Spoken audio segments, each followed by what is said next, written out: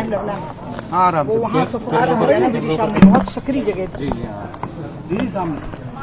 Role करो भी, ये सब रेडी है। हल्ला तुम्हारा हल्ला बंद कर दो, देखो हमने माइक बंद करवा दिया। जी के साथ कोई जुगलबंदी नहीं करना चाहती, ना मैं अपनी पार्टी को कमजोर करना चाहती हूँ, ना अपनी सरकार को, और ना मैं मोदी जी को शर्मिंदगी का सामना करने देना चाहती हूँ। लेकिन मैं 60% आबादी का प्रतिनिधित्व करती हूँ और वो 60% आबादी को उनका स्थान दिलवा के रहूंगी।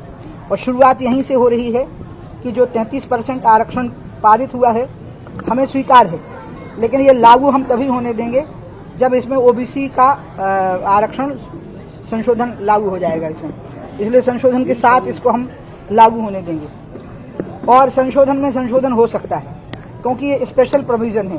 तो जैसे स्थानीय निकायों में और पंचायती राज व्यवस्था में ओबीसी का आरक्षण है, इसी प्रकार से इसमें भी 33% को 100 मान लिया जाए, 50 जनरल को छोड़ करके 27 ओबीसी को और 23 एसटी एससी को दिया जा सकता है।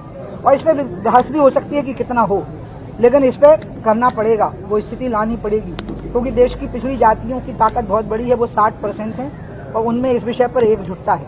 दूसरी बात मैं ये चाहूंगी कि मध्य प्रदेश की जो हमारी सरकार है वो अभी टिकट में ही बिना इसके लिए आरक्षण की कहाँ जरूरत है। अगर आपने ज्यादा ओबीसी को टिकट दे दिया, ज्यादा एसटी को टिकट दे दिया, ज्यादा एससी को टिकट दे दिया और उन सीटों पे दे दिया जो रिजर्व नहीं है, तो क्या दिक्कत है उसमें। अभी तक अगर एसटी एससी और ओबीसी सवर्णों को वोट देते रहे तो सवर्ण भी उनको वोट दे देंगे, उसमें कोई दिक्कत नहीं है। मैंने एक मानपुर का उदाहरण भी दिया कि जब मैंने ज्ञान सिंह को खड़ा कर दिया था जनरल सीट से और प्रचंड वोटों से जीते, तो एक सामंत को हराया था उन्होंने और ज्ञान सिंह आदिवासी थे।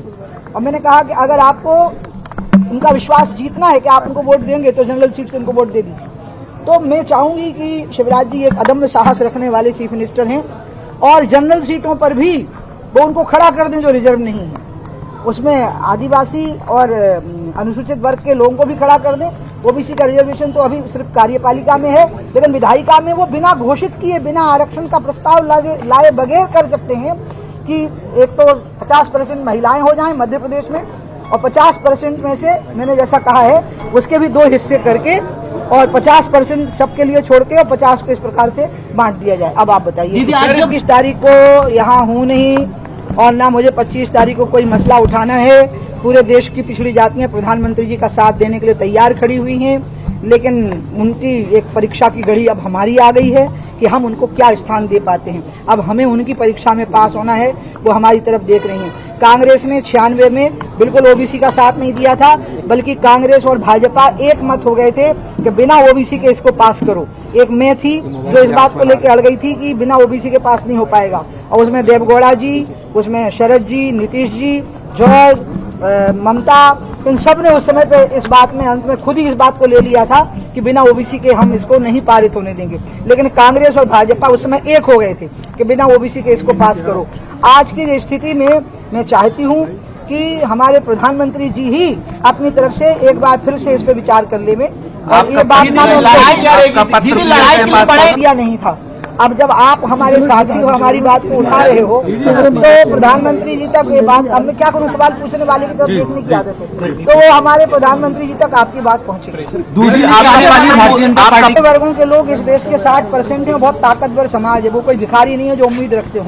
उनकी आज्ञा है और उनकी इच्छा है और उस इच्छा का पालन करना पड़ेगा। बीजेपी की दूसरी लिस्ट आने वाली, क्या लगता है 33% आरक्षण के साथ? ये सारी बातें आप बीडी शर्मा से पूछो, शिवराज से।